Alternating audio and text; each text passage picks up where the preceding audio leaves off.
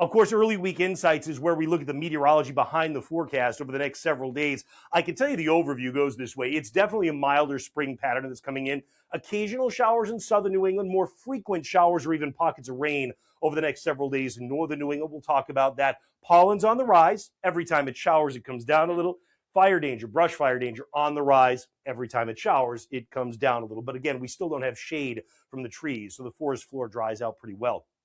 I think Tuesday looks like golf gold for a lot of us. Now, there may be some scattered showers and thunder as we get to the middle or late afternoon in particular, late afternoon into early evening. So earlier tee times are probably better. But by the way, wearing the golf shirt and showing the golf ball flight index looking good for a lot of courses because we have kicked off our yearly golf forecast discussions. We do them every Sunday and Thursday all through the golf season, and we cover every public course in New England. The discussions are broken down by regions of New England. The maps cover literally every public course. Check it out, golf.onedegreeoutside.com. More on membership at membership.onedegreeoutside.com. All right, how about the weather pattern coming up? Jetstream, generally we're on the south side. Remember the Jetstream, the fast river of air high in the sky. We've illustrated those faster winds with the coloring here, and it tends to separate cool air to the north from warm to the south. So there's the cool pooling across the western U.S.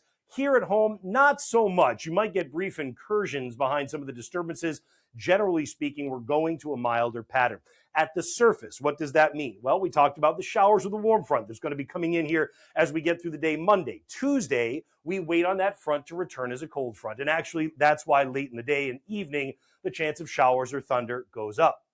We think we kind of do that again as we make our way into Wednesday night and Thursday. That is to say, showers Wednesday night that lead to what may be scattered showers and thunder Thursday. All the while, northern New England with the better chance of more constant rain, southern New England with a better chance of scattered showers. That's the case for our Monday. As we get through the midday, some scattered showers start to crop up again. And in the late afternoon to early evening, again, you can see certainly it's not raining over a large area at any given time.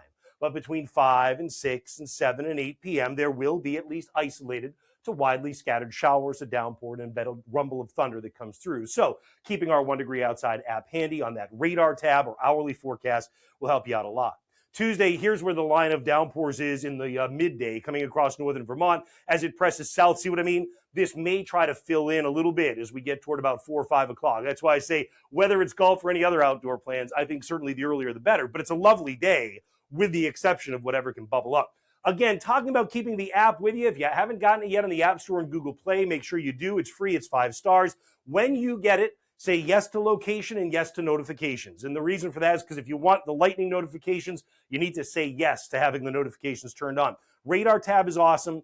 Hourly tab is really helpful. But at the end of the day, just remember when thunder roars, go indoors, right? In terms of water, how much do we get? It's been dry lately overall.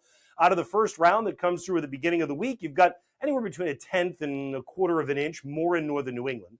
Then you add in the midweek stuff, and now you're going over 2 inches of rain between midweek and late week added in northern New England. This is a wet stretch for the north. So a little bit more of the mud added to mud season across the north. The farther south you go, less the case. We could use whatever rain we get. We are still in drought in the areas that are in brown. And as a matter of fact, we're in severe drought for the areas that you see in that tan coloring.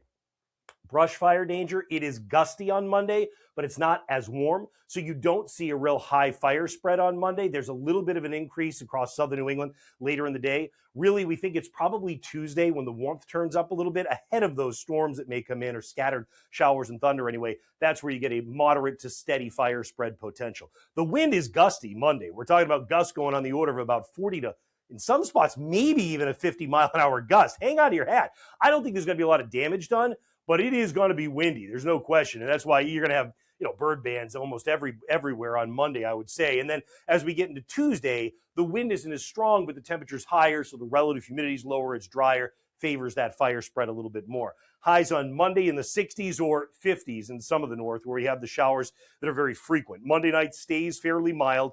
Tuesday, I talked about the warmth coming on near 80 or at least 75 to 80, over 80 in parts of the lower Connecticut River Valley, the Pioneer Valley, and cooler where the showers come in sooner in northern Vermont. Tuesday night, hanging out in the 50s for most of us. By the time we get to Wednesday, looks like once again, well into the 70s, pushing 80. Who's the exception?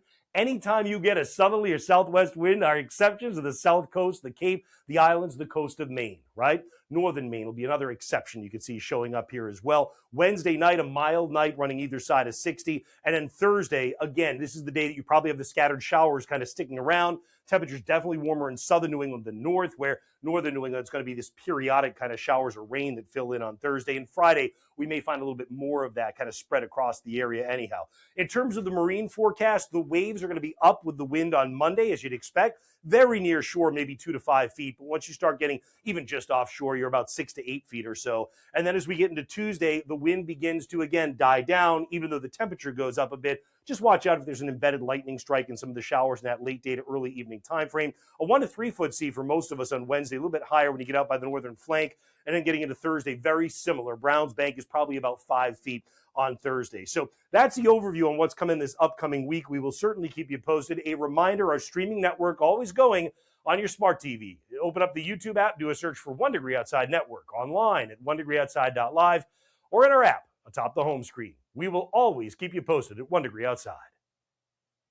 Thanks so much for watching. We hope you enjoyed this 1 Degree Outside video. Get exclusive content, support the mission at membership.onedegreeoutside.com. And don't forget, free and 5 stars on the App Store and Google Play. Search the #1 Degree Outside Weather.